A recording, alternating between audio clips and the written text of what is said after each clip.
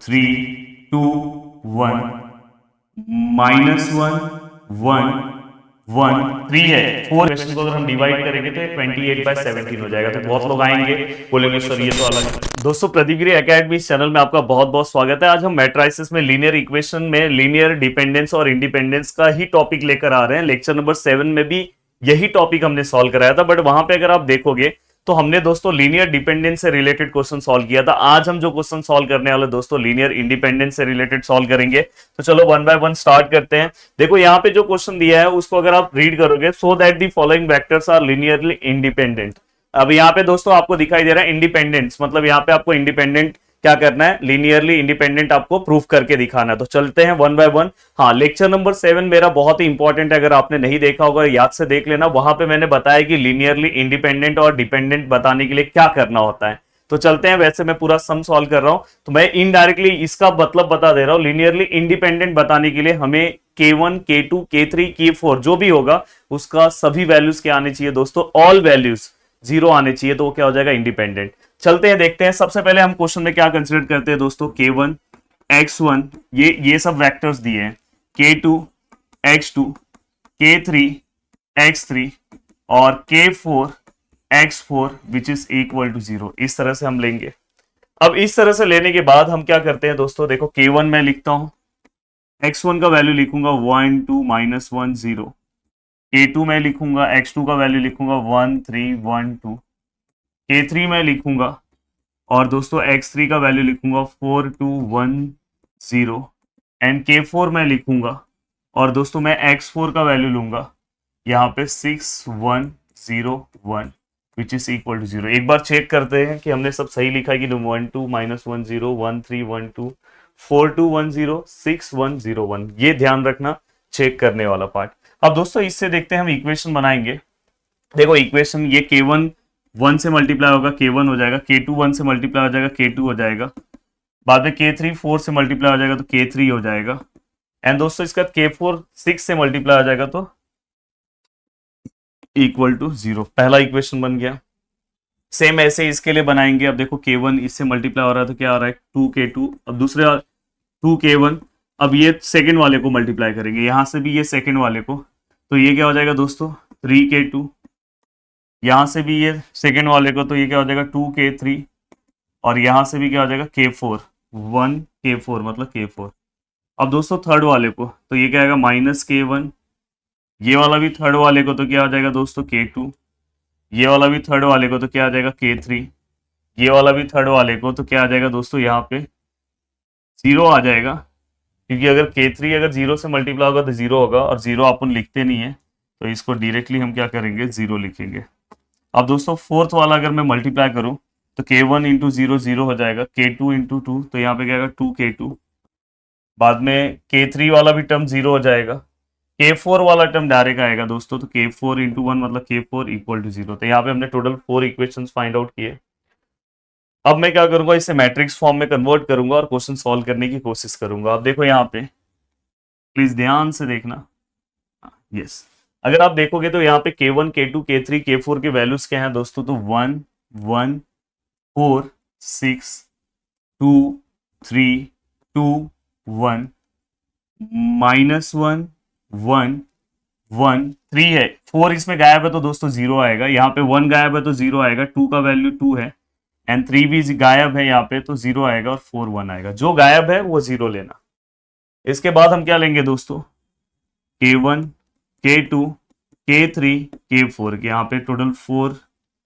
Then यहाँ पे दोस्तों इस साइड में कितने हैं, तो 4, तो यहाँ पे भी क्या आएगा 4 0 आएंगे। तो ये भी हमने ले लिया। अब आपका काम है इस पार्ट को सॉल्व करना और सॉल्व करके आंसर, मतलब इक्वल फॉर्म में हम इसे कन्वर्ट करेंगे। अब इक्वल फॉर्म क्या होगा इसी में आपको मैं बता रहा हूँ। देखो यहाँ पे हमेशा 1 होना चाहिए और बाकी के सभी वैल्यूज उसके नीचे के 0 होने चाहिए। तो देखते हैं, 1 तो है ऑलरेडी, तो बाकी के वैल्यूज 0 नहीं है, उसको 0 करते हैं। देखो अगर मुझे R2 को 0 करना है विथ रिस्पेक्ट टू R1, तो यहाँ पे क्या है दोस्तों +2 है तो -2 हो जाएगा। फिर मुझे यहाँ पे R3 को 0 करना है विथ रिस्पेक्ट टू क्या आएगा दोस्तों, R1। यहाँ पे -1 है तो यहाँ पे +1 आएगा। ये 0 करने की जरूरत नहीं है, ऑलरेडी 0 है, तो इसलिए यहाँ पे 2 ही फॉर्मूला अप्लाई होगा। तो यहाँ पे देखो जो सबसे पहले मेरा रूल, अगर आप मेरा स्टार्टिंग से मैट्रिक्स देख के चल रहे हो तो आपको एक पता है कि जो K1, K2, K3, K4 ये हो गया पूरा का पूरा। जो चेंज नहीं होगा पहले आप वो लिख दो। R1 चेंज नहीं होगा तो 1 1 4 5 0, ये तो चेंज ही नहीं होने वाला है। हाँ, अब दोस्तों यहाँ पे R1 नहीं चेंज होगा, R2 और R3 चेंज होगा, R4 भी नहीं चेंज होगा, तो 0 2 0 1। और आपको पता है ये दोनों फॉर्मूला आप जिसके लिए अप्लाई कर रहे हो तो यहाँ पे 0 आने वाला है, तो वो भी आप लिख लो। बाकी के सभी वैल्यूज आपको क्या करने हैं दोस्तों, फाइंड आउट करने हैं। आप अपने प्यारे कैलसी को ले लो और उसके अकॉर्डिंग आप फाइंड आउट करना स्टार्ट कर दो। अब दोस्तों यहाँ पे अगर आप सॉल्व करने जाओगे, अगर सपोज मैं इसका वैल्यू निकालने जा रहा हूँ तो मैं R2 वाला फॉर्मूला लूंगा। तो देखो दोस्तों R2 -2 R1 है। Yes, what is R2? R2 यहाँ पे कितना है दोस्तों, 3 है। कैलसी का हेल्प ले रहा हूं, 3 माइनस, देखो ये सॉल्व करना है तो ऊपर देखना है 2, R1 देखना है तो R1 का वैल्यू कितना है दोस्तों 1। तो दोस्तों फाइनली यहाँ पे आंसर कितना है 1। अब दोस्तों यहाँ पे ये वाला सॉल्व करने के लिए भी यही फॉर्मूला यूज होगा, 2 - 2। R1 का वैल्यू कितना है दोस्तों, इस बार 4 है। तो फाइनली यहाँ पे आंसर कितना आएगा दोस्तों, -6। नेक्स्ट पार्ट के लिए फिर से वही फॉर्मूला, देखो यहाँ पे ये सॉल्व करना है तो R2 का वैल्यू कितना है दोस्तों 1 है, -2 इंटू R1 का वैल्यू कितना है दोस्तों 6 है। तो फाइनली आंसर कितना आएगा, -11। अब दोस्तों ये होने के बाद अब देखो ये वैल्यू सॉल्व करना तो ये फॉर्मूला यूज करना है, तो R3 का वैल्यू कितना है दोस्तों 1 है, प्लस R1 का वैल्यू कितना है दोस्तों 1 है। तो यहाँ पे कितना आंसर आएगा 2। R3 का वैल्यू कितना है दोस्तों 1 है, प्लस यहाँ पे क्या है दोस्तों 4 है, तो यहाँ पे कितना हो जाएगा 5। R1 का वैल्यू कितना है दोस्तों, R3 का वैल्यू कितना है 0 है, प्लस R1 कितना है दोस्तों 6 है, तो यहाँ पे भी कितना आएगा 6। तो ओवरऑल ये पूरा का पूरा पार्ट हमने सॉल्व कर दिया। अब दोस्तों यहाँ तक का पूरा पार्ट कंप्लीट हो गया। अब हम चलते हैं आगे। देखो अगर आप यहाँ पे तीनों जीरो ला दिए, अब देखो यहाँ पे आपको 1 लेकर आना है, तो ऑलरेडी 1 हमारे पास है। तो आपके पास अब ऑप्शन क्या है दोस्तों, अब आप इसको 0 बनाओ और इसको 0 बनाओ। देखो अगर मुझे इसे 0 बनाना है तो मैं किस फॉर्मूले से बनाऊंगा, मुझे R3 को 0 बनाना है विथ रिस्पेक्ट टू, मैं इस 1 का हेल्प लूंगा R2 का। और यहाँ पे दोस्तों क्या है, 2 है, तो उसका अपोजिट क्या आएगा, -2। और मेरे पास अगर इसे 0 बनाना तो मेरे पास ऑप्शन है, मैं क्या करूंगा, R4 है, इसी के रिस्पेक्ट में मैं आऊंगा, R3 के ही रिस्पेक्ट में आऊंगा, सॉरी R2 के ही रिस्पेक्ट में आऊंगा, और यहाँ पे 2 है तो यहाँ पे भी क्या आएगा, -2। हाँ, बहुत सारे बुक में भी ऐसे दिया होगा, ये R4 को आप R3 में से माइनस करोगे तो भी 0 आएगा। आप वैसे भी कर सकते हो, बट मैं हमेशा एक ही स्टेप फॉलो कराता हूँ कि आप कोई भी नंबर्स हो, अब ये वाला ही स्टेप हर एक क्वेश्चन में सॉल्व करोगे तो आप आराम से सॉल्व कर सकते हो। अब दोस्तों देखो यहाँ पे, अब इसके आगे का पार्ट किस तरह से आपको आंसर्स निकालना है, प्लीज ध्यान देने की जरूरत है। देखो सबसे पहले चेंज क्या नहीं होगा उसके ऊपर आपको गौर करने की जरूरत है। अब यहाँ पे अगर आप बात करोगे तो देखो ये K1 है, ये K2 है, ये K3 है, और ये क्या है दोस्तों K4। और ये तो चेंज नहीं होगा, 0 0 0 0। अब दोस्तों यहाँ पे अगर आप देखोगे तो R1 चेंज नहीं होगा और R2 भी चेंज नहीं होगा, तो R1 सेम टू सेम रख दे रहे, R2 भी सेम रख दे रहा हूँ, 0 1 -6 -11। हाँ, अब आपको पता है कि ये दोनों 0 हैं पहले से, तो वो 0 ही रहेंगे। ये आप फॉर्मूला इसलिए अप्लाई कर रहे हो कि ये दोनों वैल्यू 0 आया तो ये भी दोनों 0 रख दो, तो बस ये रिमेनिंग 4 वैल्यूज आपको अपने कैलसी की हेल्प से सॉल्व करना है।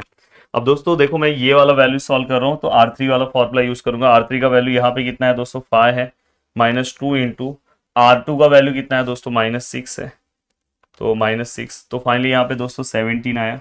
अब यहाँ पे अगर मैं पुट करूँ तो यही सेम फॉर्मूला, R3 का वैल्यू कितना है 6 है, -2 इंटू R2 कितना है दोस्तों -11 है, तो फाइनली यहाँ पे कितना है दोस्तों 28।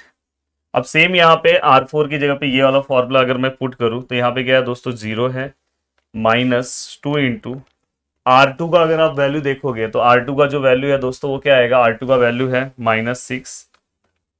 तो दोस्तों यहाँ पे कितना है 12। अब दोस्तों यहाँ पे अब ये होने के बाद R4 का वैल्यू कितना है दोस्तों 1 -2 इंटू R2 का वैल्यू कितना है दोस्तों -11। तो फाइनली यहाँ पे आंसर कितना है 23। तो लगभग हमने सभी चीजों को ऐसे सॉल्व कर दिया है। हाँ, ये सॉल्व होने के बाद अब आपको क्या करना है दोस्तों, अब यहाँ पे आपको यहाँ पे 1 लेकर आना है, क्योंकि मुझे इसे 0 करना है। तो देखो मैं क्या कर रहा हूँ, R3 को 17 से डिवाइड कर दे रहा हूँ। ये प्रोसीजर भी आप फॉलो कर सकते हो। अब यहाँ पे अगर मैं यहाँ पे देखो, यहाँ K1 है, यहाँ K2 है, यहाँ K3 है और यहाँ K4 है। और यहाँ पे दोस्तों 0 0 0 0। अब यहाँ पे आपको ध्यान देने की बात है, अचानक से एसी से गर्मी क्यों आने लग रहा है यार। अब यहाँ पे देखो ये 1 है, 1 है, 4 है, 5 है, 0 है, 1 है, -6 है, -11 है, 0 है, 0 है, 12 है, 23 है। अच्छे से लिख दो यार। अब ये R3 चेंज होगा तो ये 0 0 ये 1 हो जाएगा और ये 28/17 हो जाएगा। अब मैं आगे का स्टेप अगर मैं सॉल्व करूं तो मैं कैसे सॉल्व करूंगा दोस्तों, प्लीज ध्यान देना। अब मुझे इसे 0 लेकर आना है, मतलब R4 को 0 लाना है विथ रिस्पेक्ट टू R3 इस वाले 1 के रिस्पेक्ट में। और यहाँ पे 12 है तो उसका अपोजिट क्या आएगा, -12। तो फॉर्मूला तुरंत बन जाता है। अब दोस्तों ध्यान से अच्छे से आपको देखने की जरूरत है। ये K1 है, ये K2 है, ये K3 है, ये K4 है और यहाँ पे क्या है दोस्तों, ये है 0 0 0 0। अब यहाँ पे देखो क्या क्या चेंज नहीं होगा, तो पहले R1 चेंज नहीं होगा, R2 भी चेंज नहीं होगा, R3 भी चेंज नहीं होगा। चेंज कौन होगा, R4 होगा। R4 में ये तो 0 ही रहेगा, ये भी 0 ही रहेगा। ये आप फॉर्मूला इसलिए अप्लाई करो कि यहाँ पे आपको 0 चाहिए तो 0 आप लेकर आ रहे हो और बस ये सॉल्व करो। सॉल्व कैसे करोगे, R4 कितना है इसके ऊपर वाले स्टेप में, 23 है, -12 और यहाँ पे अगर आप करोगे तो R3 का वैल्यू कितना है दोस्तों, 28/17। तो फाइनली 55/17 यहाँ पे वैल्यू आया। अब आपको क्या कर देना है दोस्तों, अगर आपने वो वाला प्रोसीजर यहाँ पे फॉलो किया रहता कि R3 माइनस हो, तो यहाँ पे हो सकता है कि 17 यहाँ पे रहे, हाँ, और उस तरह से क्वेश्चन आता तो इसका मतलब भी सेम है, ये कुछ अलग नहीं है। यहाँ पे 17 से पूरे इक्वेशन को अगर हम डिवाइड करेंगे तो ये 28/17 हो जाएगा। तो बहुत लोग आएंगे बोलेंगे सर ये तो अलग है, तो मैं हमेशा सिंपल स्टेप से ही जाता हूँ कि जो स्टेप में आपको कोई प्रॉब्लम ना हो। अब देखो यहाँ पे मैं मल्टीप्लाई कर रहा हूँ तो डायरेक्ट मैं मल्टीप्लाई का आंसर लिख रहा हूँ, ये वाला पार्ट इसके साथ, या तो आप चाहिए तो एक स्टेप ऐसा मल्टीप्लीकेशन करो, 0 0 0 0। अब देखो पहला वाला स्टेप इसके साथ मल्टीप्लाई होगा तो देखो 1 into K1, 1 into K2, 4 into K3 and 5 into K4। ये हमने पहला स्टेप कर दिया। सेकेंड स्टेप में अगर ये 0 से मल्टीप्लाई होगा तो 0 हो जाएगा, तो K2, K3 और K4 ये पूरा का पूरा हो गया। अब दोस्तों ये दोनों 0 आएंगे स्टार्टिंग के, तो ये दोनों सॉल्व होंगे। तो यहाँ पे क्या आएगा दोस्तों, K3 और यहाँ पे 28/17 K4 चलेगा। ऐसा कोई वैल्यू है तो कोई डरना नहीं है। और यहाँ पे दोस्तों 55/17 K4, क्योंकि ये तीनों 0 हो जाएंगे। अब मैं बाय इक्वालिटी के अकॉर्डिंग जब मैं सम को सॉल्व करूंगा तो सबसे पहले मैं ये लूंगा 55/17 K4 which is equal to 0, then K4 ये वैल्यूज वहां पे 0 से मल्टीप्लाई होगा तो आंसर 0 ही आएगा। अब दोस्तों ये होने के बाद अब सेकेंड लास्ट वैल्यू ले लो। सेकेंड लास्ट वैल्यू लोगे तो यहाँ पे क्या आएगा, K3 plus 28/17 K4 equal to 0। K3 plus 28/17, आपको पता है ना K4 का आंसर 0 है, तो फाइनली ये पूरा 0 ये 0, मतलब K3 भी कितना है दोस्तों, 0। क्या बात है। अब दोस्तों ये होने के बाद आप नेक्स्ट सेकेंड इक्वेशन यूज करो, K2 6 K3 11 K4 equal to 0। अब देखो ये K2 है 6, यहाँ पे कितना 0 है, यहाँ पे भी कितना है दोस्तों 0 है। क्यों मैंने 0 लिया, K3 और K4 हमारे पास 0 है तो दोनों वैल्यू 0 है, तो K2 का आंसर भी क्या आएगा दोस्तों, 0। अब ये होने के बाद नेक्स्ट हमारा एसी काम नहीं कर रहा है यार। अब पहला वाला equation K1 plus K2 plus 4K3 plus 5K4, I think आपको नहीं दिख रहा होगा पर अभी दिखाई देगा, इक्वल टू 0। अब मुझे बताओ अगर ये 0 है, ये 0 है, ये 0 है, तो ये पूरा टर्म 0 हो जाएगा, तो K1 का आंसर भी कितना आएगा, 0। और यहाँ पे अगर आप देखोगे तो K1 K2 K3 K4 जितने भी K आए सभी के वैल्यू 0 है। All values of K are 0, all K's are 0 and therefore मैंने यही आपको सिखाया था इसके पहले वाले लेक्चर्स में, अगर सभी K के वैल्यू 0 आ रहे हैं तो ये क्या हो जाएगा दोस्तों, तो ये कौन से टाइप का क्वेश्चन हो जाएगा, लीनियरली इंडिपेंडेंट। तो याद रखना यहाँ पे लिख देना कि all values of K are 0 and therefore the given vectors are linearly independent, क्योंकि यही तो आपको प्रूव करना है ना। ये देखो क्वेश्चन में यही तो आपको प्रूव करना था। ये देखो,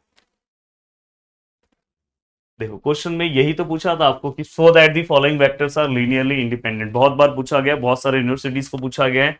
याद से ये क्वेश्चन आपको सॉल्व करना है। तो दोस्तों मिलते हैं नेक्स्ट लेक्चर में। नेक्स्ट लेक्चर में हम देखेंगे कंसिस्टेंट और नॉट कंसिस्टेंट। तो नेक्स्ट लेक्चर भी हमारा बहुत ज्यादा इंपॉर्टेंट होगा। बाय बाय, टेक केयर, मिलते हैं नेक्स्ट लेक्चर में। जय हिंद दोस्तों।